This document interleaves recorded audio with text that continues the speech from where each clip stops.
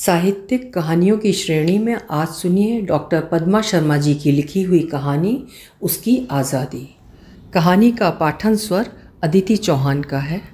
लेखन की ही तरह वाचन के क्षेत्र में भी नई प्रतिभाओं को अवसर देने के लिए ये एक नया प्रयोग है।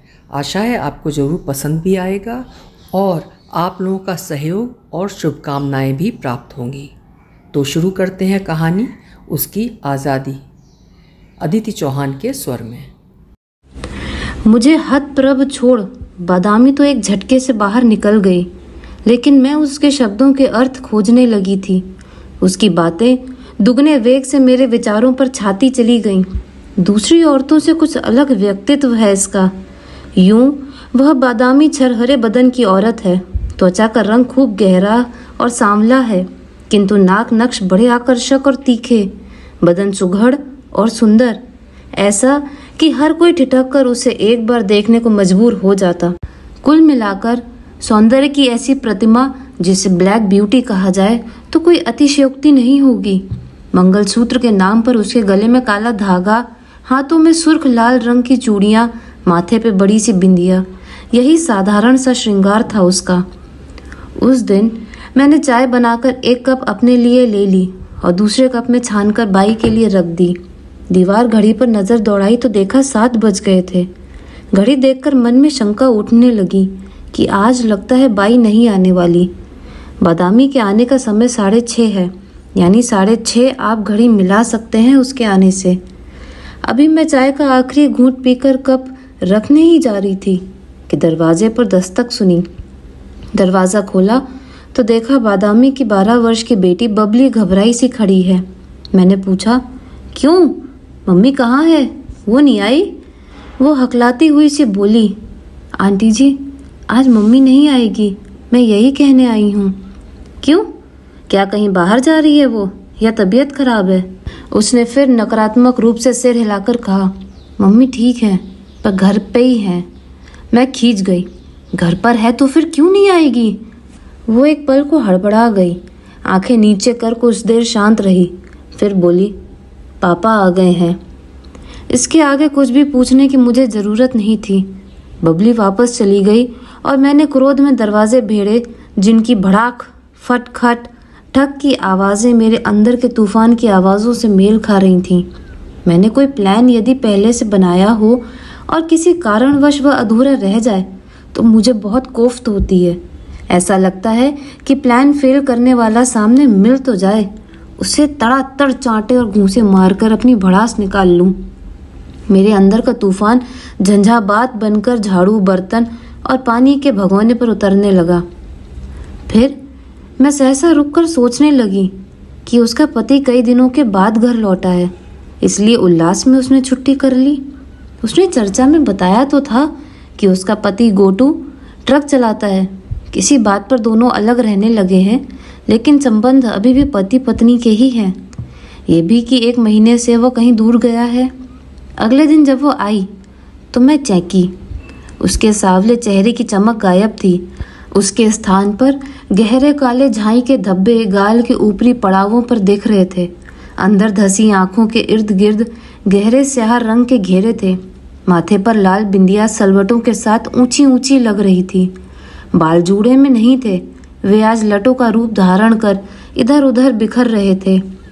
हाथ की भर चूड़ियों से कई नदारत थी और कुछ चूड़ियों की तो आवाज़ ऐसी लग रही थी जैसे वे चटक गई हों। उसकी चाल ढाल तथा उसके काम में रोज की तरह आज तेजी नहीं थी, बल्कि एक उदासीनता थी। ऐसा लग रहा था कि उसे वैराग्य हो गया है। मैंने सहज होकर पूछा, क्यों बाई, क्या बात है, तबीयत तो ठीक है ना? वो बड़े ही विरक्त भाव से बोली, बहन जी मेरी तबीयत को का भाव, मैं तो काले कौवा खा के आई हूँ। मरई जाती तो दुख काय उठान पड़ते, सब जंजालन से मुकुति पा जाती। मैं पटा डालकर आंगन में उसके पास बैठ गई। बबली बता रही थी कि उसके पापा आए हैं। पति की बात सुनकर वह बिफर गई, बेन जी वो आदमी नहीं है, पूरो कसाई है, जासे तो होइए नहीं ताऊ अच्छो है, बिना बात बहुत ही पिटाई करते मेरी, कल खूब मारो धुआं लगे ना मुँह को। मैं चौंकी। महिलाएं पति की लंबी उम्र के लिए करवा चौथ का व्रत रखती हैं, पर यह तो अनोखी महिला है जो पति की मरण कामना कर रही है। वह उसी आह्लाद करते स्वर में बोली, बेन जी, तुम्हारी सो मैं बहुत परेशान हूँ। मैं वासे कोई संबंध नहीं रखे हो, न्यारे हो गए दो ही जन। मैं वासे अलग रह रही हूँ तो मोए खाए जाते। बा ने मेरी नाक में दम कर दी है। मैंने कहा, लेकिन हुआ क्या था? वो बोली, बहन जी कछु नहीं, सोमवार को पैसा मिले होंगे सो बस मंगल को शराब पी के आ गओ मेरे घर और घर भर को गरियान लगाओ। मैंने सस्मित कहा, तो क्या हुआ? शराब पीना तो उसकी पुरानी आदत है ना, फिर वो चाहे तब तुम्हारे घर आता ही रहता हो। बहन जी ये बात नहीं है, मैं तुमसे का कहूँ। कहकर वह कुछ लज्जाशील हो चली थी। उसने चारों तरफ देखा। जब वह संतुष्ट हो गई कि आसपास दूसरा कोई नहीं है तो वह फुसफुसा कर बोली, वो मेरे संग के लाने मरे जा रहो है। आज तो बेन जी वो काम पे ही नहीं ध्यान दे रहो, कह रहो तो आज मत जा, आज मौका देख के। अब बेन जी तुम ही बताओ, मोड़ा मोड़ी बड़े हो गए हैं उनके सामने, फिर दिन में जे काम सौंभा देते। अब पूरी स्थिति मुझे समझ में आ गई थी। मैंने हंसकर कहा, भाई वो तुमको बहुत चाहते हैं। मेरे ये शब्द सुनकर वह और अधिक सिकुड़ कर गठरी बन गई। मैंने उसे समझाया, देखो भाई, आदमी को भी समय देना चाहिए। जब तक उसके पास बैठोगी नहीं, उससे मन नहीं जोड़ोगी और उसे अपनी समस्या नहीं सुनाओगी, फिर वह घर गृहस्थी से कैसे जुड़ेगा? लगता है मेरी बातें उसके मन में गहराई तक बैठ गई थीं, क्योंकि उसके कुछ महीनों तक उसके लड़ाई झगड़े सुनाई नहीं दिए। बादामी इसी शहर की रहने वाली है। उसका भाई पुलिस में सिपाही है। भाई के 2 बेटे और सबसे छोटी बेटी बबली है। छोटा बेटा किराने की दुकान पर काम करने जाता है। बड़ा बेटा महेश मजदूरी का काम करता है, जिससे उसका शरीर अधिक तंदुरुस्त हो गया है और जल्दी ही जवान दिखने लगा। अब बबली भी बचपन को छोड़ आगे की सीढ़ियों पर कदम रख रही थी। उसे देख देखकर बादामी बाई बड़ी चिंतित रहने लगी कि अब उसका विवाह करना है।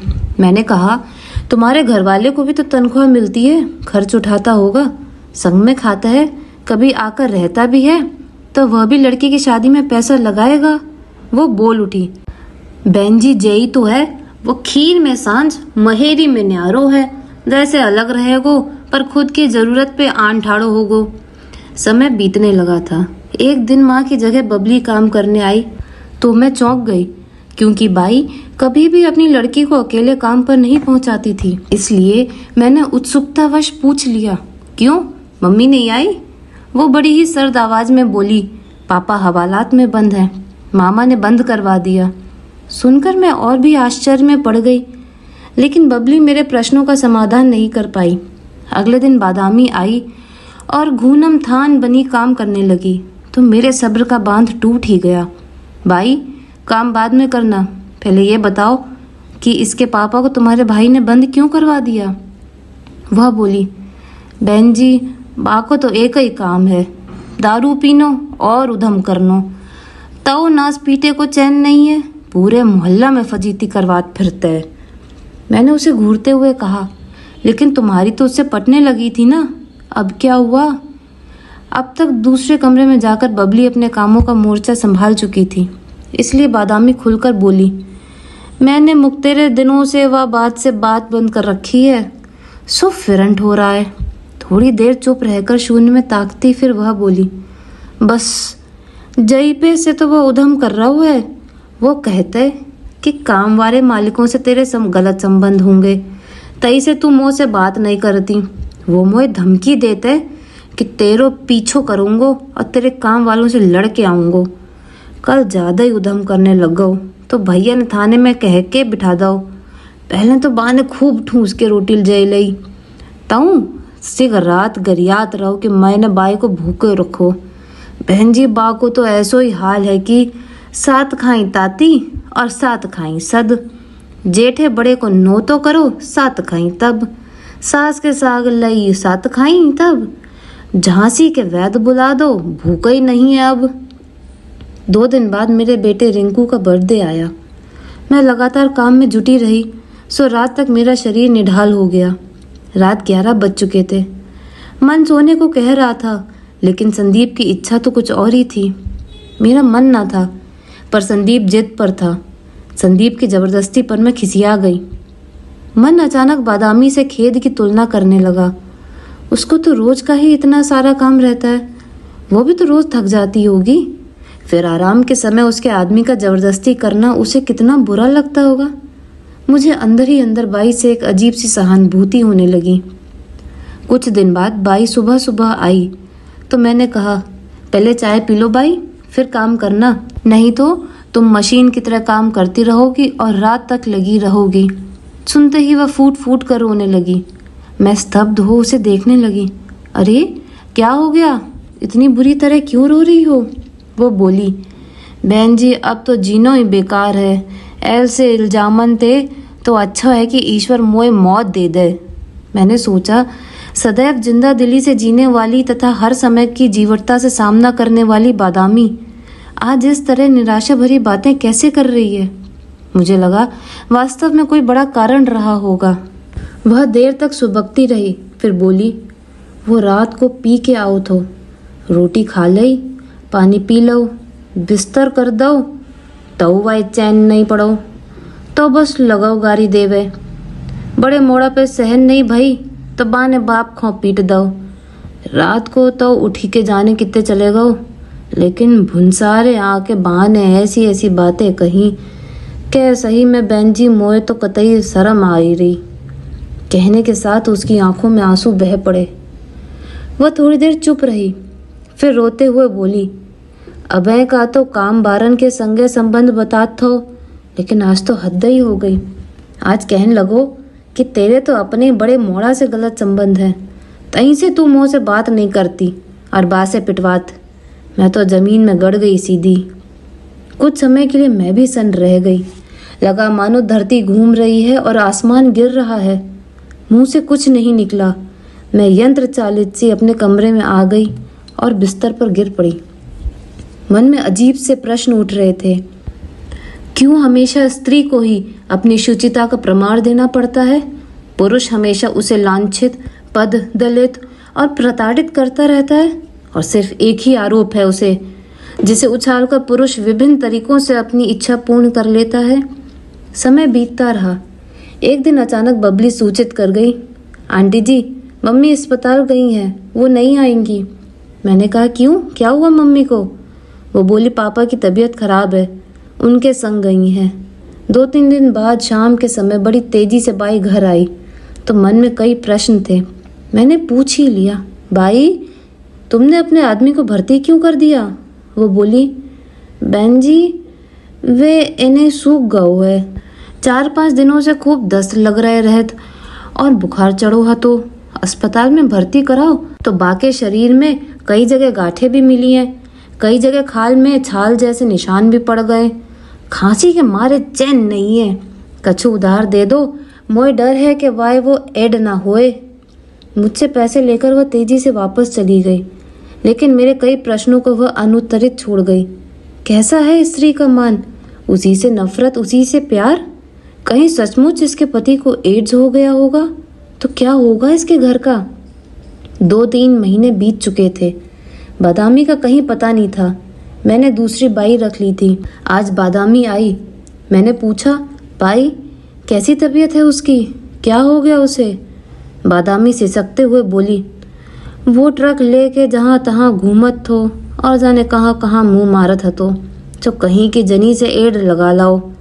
बहन जी डॉक्टर ने तो जवाब दे दो, तुम सबन की दुआ लग जाए तो बच जाएगो, मोड़न के ब्याह देख लेगो।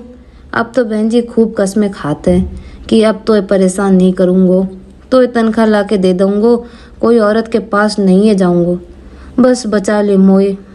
लेकिन अब क्या हो सकत? फिर एक आशा भरी निगाह से मुझे देखकर उसने पूछा, काहे बहन जी, जब बीमारी को कौनो इलाज है ये कि नहीं? मुझ में इतनी शक्ति नहीं है कि उसे नकारात्मक उत्तर देकर सेवा में लगी उसकी ऊर्जा को नष्ट कर दूं। बस प्रकट में उसकी आशा के लिए एक शब्द बोलती हूँ, हाँ। फुसफुसाते हुए बादामी बोली, बहन जी जे मर्द कितो दुबरे हो जाएं फिर भी इनमें घोड़ा जैसी ताकत बनी रहते। आज अस्पताल में बबली के बाप को नहलावे लाने ले गई तो धुआं लगे ने लपक के दरवाजा बंद कर ले और मारी साड़ी खींच डाली। फिर मुँह को जमीन पे पटक लई जबरिया। वह सांस लेने को रुकी तो मैं व्यग्र हो उठी। उसके निकट खिसक आई और फुसफुसाते हुए पूछा, फिर का बहन जी? पहले तो इच्छा भई कि अपने भी कितने दिन से तरस रहे हो जान दो वाके मन की, और सांची तो जा है कि अपने मन की भी। फिर अपनी और बच्चों की हालत याद कर हिया कड़क करो और उठते वाय ऐसो धक्का मारो कि दीवार से जा टकराओ। खपड़िया से लहू बह उठो, सो लुगाइयों की नाई रोन लगो। मैं तो उठी और अपने कपड़े संवार बाहर आ गई। मैंने राहत की सांस ली। चलो शुक्र है कि बच गई। क्या कह रही हो बहन जी? कोई लुगाई ना चाहे तो मर्द की का हिम्मत कह वो उंगरिया भी छू सके।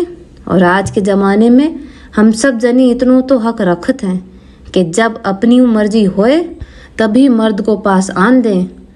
ऐसो भी ना कर सकें तो काहे की पढ़ाई और लिखाई और काहे की तरक्की। मैं हतप्रभ हो उसकी बात को सुनती रही। वह उठी और चेहरे पर एक अनूठे तेज के साथ वहाँ से चल पड़ी। तो दोस्तों, अब तक आप सुन रहे थे पद्मा शर्मा की लिखी कहानी उसकी आज़ादी। उम्मीद है आपको कहानी पसंद आई होगी। मिलते हैं दोबारा एक नई कहानी के साथ।